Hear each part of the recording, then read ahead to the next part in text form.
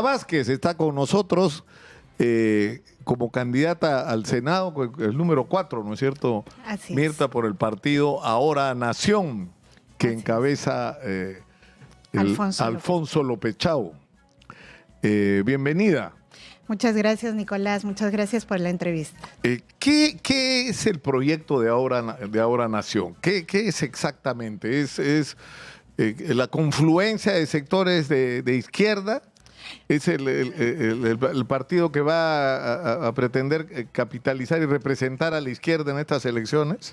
Bueno, en realidad lo que es Ahora Nación es un partido que se define además un partido ampliamente democrático con capacidad de convocar a diferentes sectores como lo que se necesita ahora en esto que llamamos una emergencia democrática, ¿no? Donde realmente lo que tenemos que buscar es confluir en una plataforma mucho más amplia, diversos sectores que compartamos mínimos democráticos, que realmente queramos entrar a disputar con esta clase política que se ha apoderado del país y que realmente volvamos a una situación de mínimas condiciones para decir que somos un país que está en Estado de Derecho, en democracia, donde se respetan mínimos derechos de los ciudadanos, ¿no?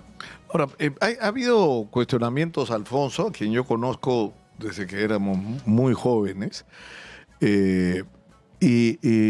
los cuestionamientos han ido dirigidos a ese artículo que escribió en la revista Cambio, que era una revista claramente asociada al MRTA, ¿no es cierto?, defendiendo a la conducta de Víctor Polay, ¿no es cierto? Y luego ha habido un segundo cuestionamiento por un incidente por el que pasó, en el que, acusado de haber participado en un robo, un intento de robo, estuvo preso, ¿no? Y lo que ha llamado la atención es que ha dado, no que puedan ocurrir los hechos, porque las cosas pueden ocurrir, incluso te puedes equivocar, y de los errores se aprende, ¿no es cierto? Pero lo que produce una sensación de como un mal gusto es el dar versiones distintas sobre los mismos hechos, ¿no? Sí, a ver, mira, fíjate, yo que siempre he defendido la transparencia y lo voy a seguir defendiendo, me parece que en estos casos sí se tratan más de ataques políticos donde, claro, lo que le restriegan a Alfonso López Chau son cosas que han sucedido pues hace muchísimo tiempo, por ejemplo, en el tema de cómo se expresó en relación a la persona de Polay Campos, en realidad se visibilizó y se magnificó eso cuando en realidad él ha marcado siempre, y si todos ven su conducta democrática, él siempre marcó del terrorismo, que eso creo que es lo importante, ¿no? ¿Qué conducta democrática tuvo? Y siempre tuvo una conducta en la que ha rechazado algo que es tan terrible como el terrorismo, ha marcado de eso, ha sido un demócrata, y en lo último pues se le restriega que por qué cambia de versiones. Miren, estamos hablando de los años 70, donde él era un menor de edad. Una cosa que nadie dice es, a él lo detuvieron como menor de edad, como pasa ahora, por ejemplo, en diversas circunstancias que se detienen arbitrariamente a la gente, le inventan cargos, ¿no?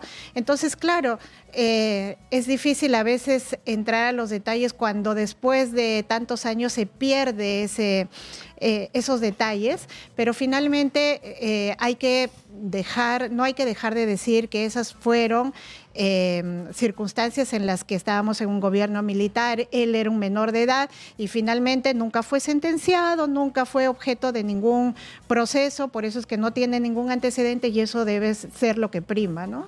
Ahora, tú dices, ¿lo atacan por qué? Porque podría convertirse, es decir, es cierto, y de eso vamos a hablar tras la pausa, porque tenemos que ir a la pausa ahorita. Tú fuiste parte del gobierno de Pedro Castillo. Sí, sí. Y el gobierno de Pedro Castillo, no sé cómo definirlo, pero digamos, fue la oportunidad que tuvo la izquierda de mostrar que podía hacer un gobierno mínimamente serio, y el resultado fue catastrófico, ¿no? Sí, yo creo es cierto que fue sometido a asedio, digamos, ¿no? Permanente, pero es decir, Castillo hizo sus propios méritos, ¿no?, para terminar como terminó. Bueno, una cosa por la que hay que empezar es que Castillo fue un gobierno débil, por supuesto que sí, un gobierno errático, pero también no hay que dejar de visibilizar eso que tú manifiestas, todo el asedio.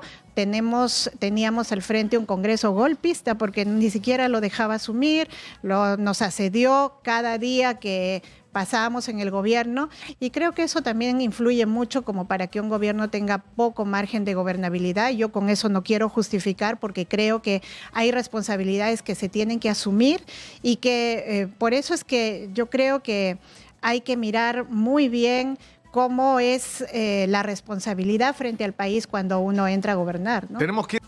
Mirta, cuando tú vas a estas elecciones, uno de los problemas que tienes que enfrentar es el activo y el pasivo del gobierno Castillo. Entonces, lo que dice, digamos, la izquierda es, lo que pasa que es que no lo dejaron hacer al profesor. Es verdad, estuvo sometido a asedio, con mociones de vacancia colgadas en la cabeza todo el tiempo, jugando al tiro al ministro. Eso ni siquiera le reconocían al comienzo el resultado electoral, ¿no? Sin embargo, ¿qué cosa esperaban? Que celebre la derecha que la izquierda ganara las elecciones. Eso no iba a pasar, ¿no? Lo que tenías que hacer era un buen gobierno de izquierda y no lo hicieron. Sí, a ver, yo creo que en medio de estas circunstancias sí hay que reconocer que en efecto se pudo hacer algunas cosas mejores, y yo siempre he reclamado de que, como decía Alfonso Barrantes Lingán, si no haces grandes cambios, pero si ya eres un gobierno honesto, ya es una gran revolución, ¿no? Sí, claro. Y creo que en efecto hay una responsabilidad en esa medida, pero yo creo que en realidad la izquierda también tiene muchos sectores que se han mantenido firmes, que hemos seguido, digamos, en estos escenarios peleando por lo que realmente creemos, y que es básicamente cómo nosotros aportamos a la construcción de un país. Y en este escenario, por ejemplo, efectivamente, no solamente es una tarea de la izquierda, por eso es que nosotros entramos a un partido que convoca más que a gente de izquierda, ¿no? Que va más allá. Así, claro, ahora porque hay un tema que yo he discutido más de una oportunidad con Verónica Mendoza, ¿no? Yo le decía, cuando Belaúnde fue electo presidente después de la Asamblea Constituyente, fue con el voto de la izquierda. Cuando Alberto Fujimori fue electo presidente por primera vez, fue con el voto de la izquierda. Cuando Alejandro Toledo fue electo presidente, fue con el voto de la izquierda. Cuando Ollantumala fue electo presidente, fue con el voto de la izquierda. Cuando Pedro Pablo Kuczynski fue con el voto de la izquierda. El problema es que la izquierda ha hecho presidentes en el Perú y nunca se ha hecho responsable por las consecuencias. Pero es que no solamente es decir, lo hacemos presidente, pero ¿no? Yo creo que no solamente ha sido la izquierda, en realidad la izquierda siempre ha tenido un voto, yo creo que ha tomado postura, pero que en el fondo, claro, confluyen una serie de partidos, de posturas como para poner a un presidente, y yo creo que al final es la responsabilidad de varios, no solamente de la izquierda. Nosotros nos han, por ejemplo, responsabilizado del fracaso del gobierno de Castillo, pero también acuérdense que Castillo terminó gobernando con la derecha, que realmente en los últimos ministerios que tuvo fue bajo, digamos, la presión de la derecha, tuvo que meter a mucha gente, involucrar a mucha gente de estos sectores. Entonces hay que mirar eso también, y ahí la discusión de fondo, Nicolás, yo creo que es cómo mantenemos ciertas posturas, ¿no? Que sean lo suficientemente, digamos, claro, consecuentes. Pero tú dices, ahora sí, esta vez sí, ¿la izquierda lo va a hacer bien? O sea, ¿por qué tendríamos que creer en eso? En realidad, el partido de Ahora Nación no solamente es la izquierda. Hemos entrado sectores que sí somos claramente identificados como la izquierda. Yo entro a ser parte de estas candidaturas como invitados con un sector de mujeres de izquierda que sí hemos asumido responsabilidades, y además hemos demostrado que lo hemos hecho no solamente de manera consecuente, sino de manera también honesta, responsable. Ese es el sector de la izquierda que hemos entrado a sumar en Ahora Nación. Pero Ahora Nación es más que eso. Ahora, no es un partido netamente de izquierda. Un hecho que ha sido criticado, de que la izquierda criticó el tema de la reelección de congresistas, y ahora hay congresistas de izquierda que se están yendo a la reelección. Sí, es verdad, pero fíjense ustedes, hay responsabilidades y responsabilidades, ¿no? Nosotros tenemos una compañera que seguramente ella puede explicar mejor las razones de la reelección, ¿no? De entrar a la reelección, pero ella ha sido muy consecuente también en criticar el tema de ¿por qué no crear ciertos estamentos? Incluso esta manera como el Congreso establece leyes como para que ellos sean los reelegidos, etcétera. Ha sido muy crítica y creo que también propone desde adentro de llegar al Congreso también la modificación de esas condiciones que se han ido generando, ¿no? Ahora, ¿qué va a pasar qué pasaría en el Perú si Alfonso López Chao llega a la presidencia de la República? Es decir, ¿cuál es finalmente la propuesta de Alfonso? Yo creo que es bien importante tener en cuenta que ahora Nación y Alfonso López Chao tienen 3 referentes fundamentales, ¿no? Y lo primero es que básicamente es un partido que busca disputar con estos sectores de poder que ahora están gobernando el país sin haber ganado elecciones y bueno, y lo que propone es un gobierno democrático amplio en donde yo creo que se incluyen a varios sectores invisibilizados del país, indígenas, sindicalistas, gente obrera, gente también que venimos de partidos políticos o de sectores como izquierda, pero también gente que viene no necesariamente de la izquierda, sino sectores mucho más amplios que tienen que ver con, por ejemplo, una derecha más democrática, ¿no? Entonces hay que abrir nuevamente la cancha porque creo que estamos justamente en un momento en el que la cancha se quiere cerrar en el país y quieren gobernar los mismos de siempre. Entonces, Alfonso lo que está proponiendo es nuevamente un gobierno con ciertos parámetros democráticos y luego volver a repensar, digamos, el país en términos de cómo volvemos a centrarnos en la demanda de lo que la gente quiere y no en los intereses de ciertos sectores. Ahora tenemos un parlamento que lo que hace y un presidente, dicho sea de paso, que lo que hacen es gobernar en función a los intereses propios o a los intereses empresariales. Entonces, lo que se propone desde ahora Nación es volver a las agendas sociales, volver al tema a discutir, por ejemplo, derechos sociales que la gente necesita, salud, educación, vivienda. Esos son temas que hay que volver a replantear y que sean agenda del Estado. ¿Y van a insistir ustedes en la propuesta de realizar una asamblea constituyente? Miren, eso es un tema que se está debatiendo, pero miren, ¿cuál es la postura? Y creo que todos los peruanos estamos de acuerdo en esto, ¿no? En este momento tenemos una constitución. ¿Necesita esa constitución cambiarse? Yo creo que sí, por lo que tenemos, porque lo que tenemos ahora es un Frankenstein.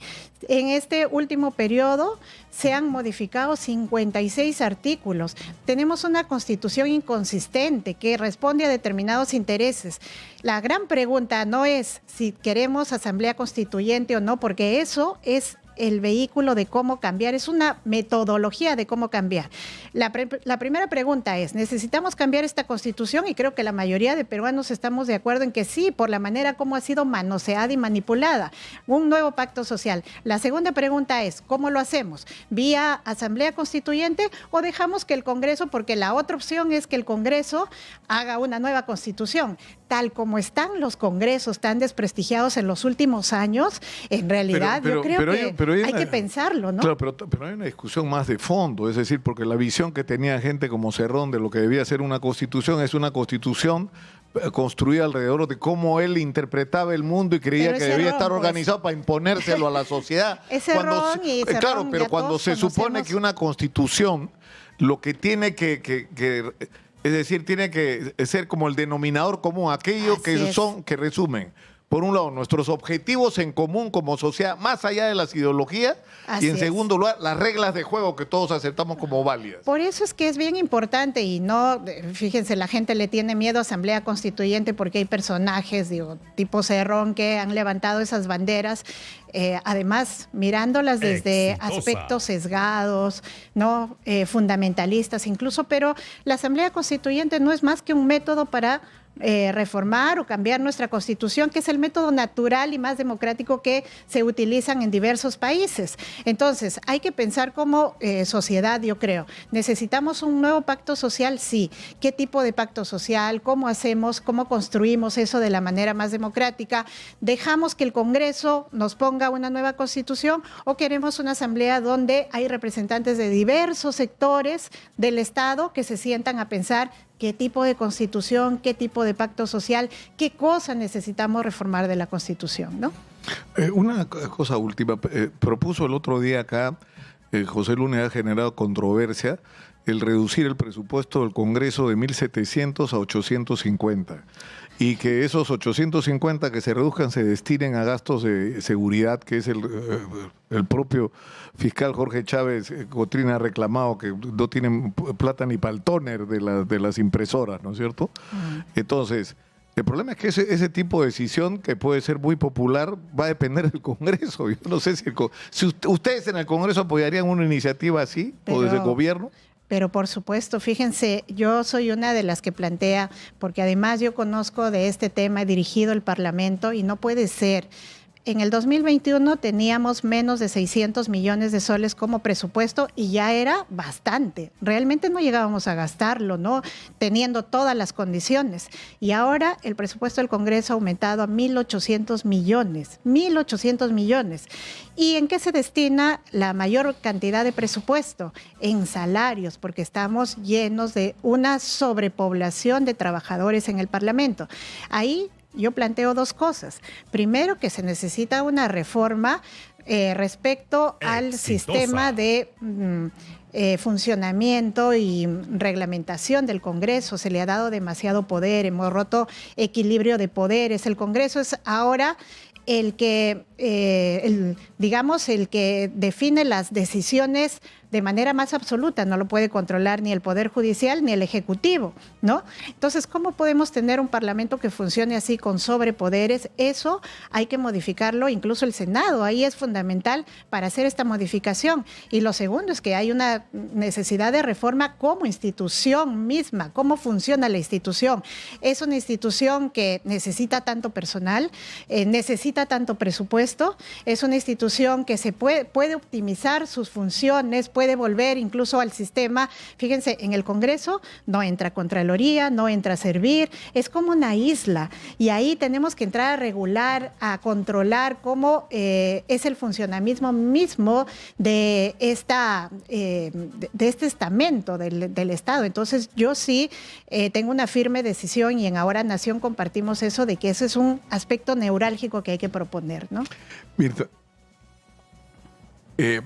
me pide nuestra productora tu opinión, Mirta, sobre estamos en una situación tan complicada que es que el presidente Gerí se reúne en un chifa con un proveedor que está, o sea, lo que dicen es si fuera Castillo lo hubieran vacado al día siguiente, ¿no es cierto? Pero ahora el presidente del Congreso dice que el único comentario que tiene que hacer es que al presidente le gusta el chifa.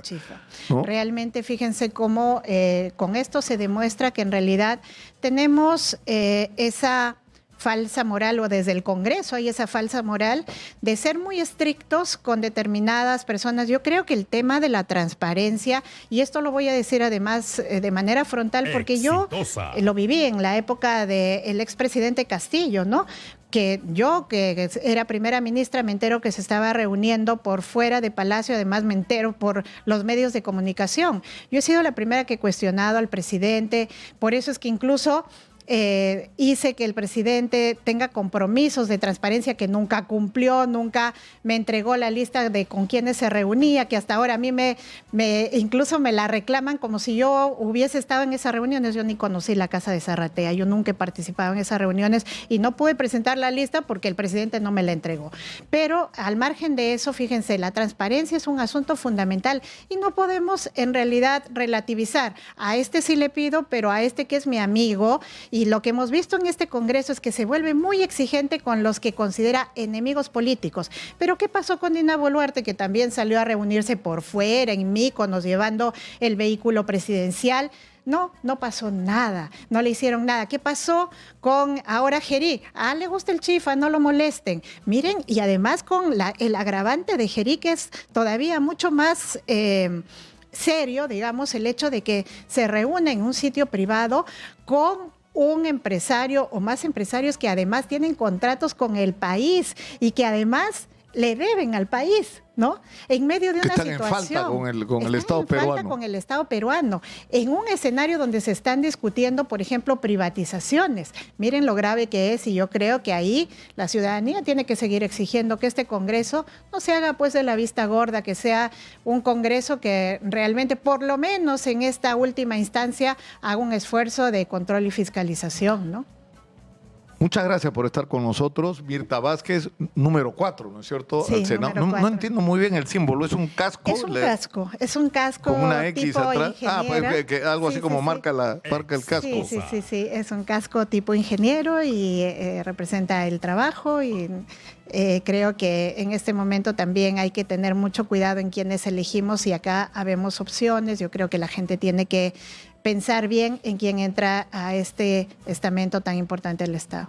Mirta Vázquez ha estado con nosotros y con esta conversación cerramos la secuencia por hoy. Elige bien.